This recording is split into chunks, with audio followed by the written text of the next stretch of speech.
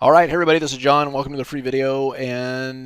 We just covered a lot in the premium video, so I don't want to rehash that. So let's cover oil. A couple things here. First, oil, big move today, but it's just a move back to the mean. So the question is, are we going to get more than that?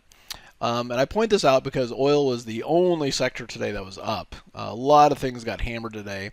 If we look at the spiders, the spiders had kind of a, they were doing okay, and then just got absolutely hammered today. The one thing I will say though is that even though the spiders were down 2%, the VIX really yawned. So the move in the VIX, typically if the spiders are down, 2% or something like that, typically the VIX is up over 10%, like this. And truly the VIX just yawned today. It didn't even care. It didn't even take out the prior day's high. So that kind of leads me to believe that today's selling in the indexes was a little just kind of quiet and related more to quarterly expiration. Not, obviously we're through triple witching, but quarterly rebalancing and all that as we get into the end of June, the last day of the quarter being Thursday. So a lot more SPX related stuff there. So we'll see. I mean, obviously the path of least resistance right now is down. But the time to get aggressively short the market is on these spikes up in the VIX to 35.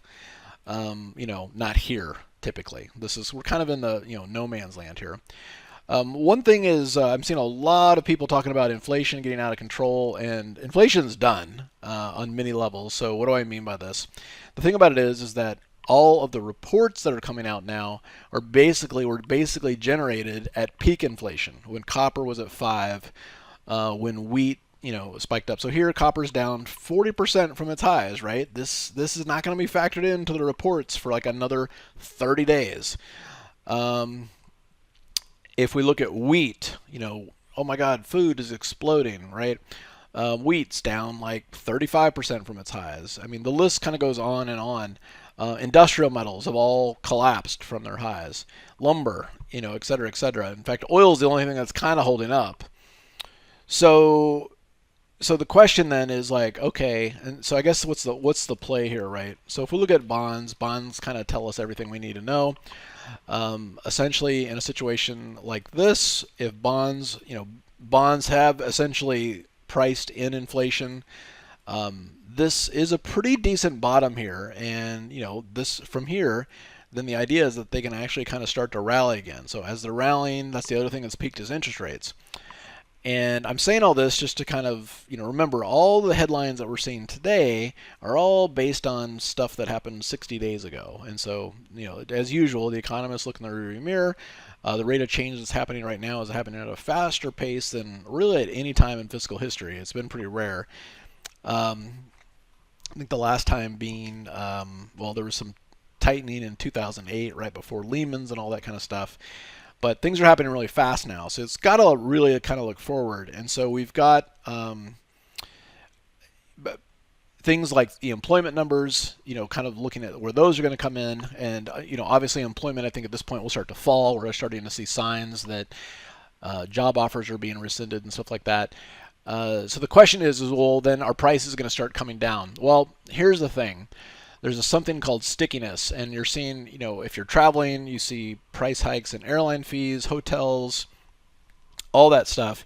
And as long as there's a demand for it, the prices aren't going to come down. The demand actually has to fall before prices to come down, and that's just not happening yet. So all of this is just a long way to say I think the headlines right now are very misleading. Everybody's screaming about recessions and blowing up and stuff like that. I think what's going to happen is that these, if we flash forward 60 days from now, the Fed's going to start looking at reports based on today's data and go, oh, geez, inflation isn't as much of a concern now because labor's loosening, labor markets and all this stuff that we just talked about, and copper and interest rates and all that kind of stuff, and maybe then they start talking about putting the brakes. And so that's really what the market is looking for now, is that are they going to continue to be aggressive with their interest rate hikes? Are they going to start taking a breath and talking things down? And once they do, the markets will kind of breathe a sigh of relief. Otherwise, the path of least resistance in the markets will continue to be lower. All right, hope it helps. Got a lot to cover in the premium video if you want to take a look at that. Otherwise, we'll see you at the next update. Hey, John here with Simpler Trading. Thanks for watching. If you enjoyed this video, comment down below and let us know what topic you want to see us cover next. Also, be sure to subscribe and click the bell icon so you can get notified when we release new videos. And if you want to watch us trade in real time using our own money, go to simplertrading.com and learn how to sign up. Good trading, and we'll see you next time.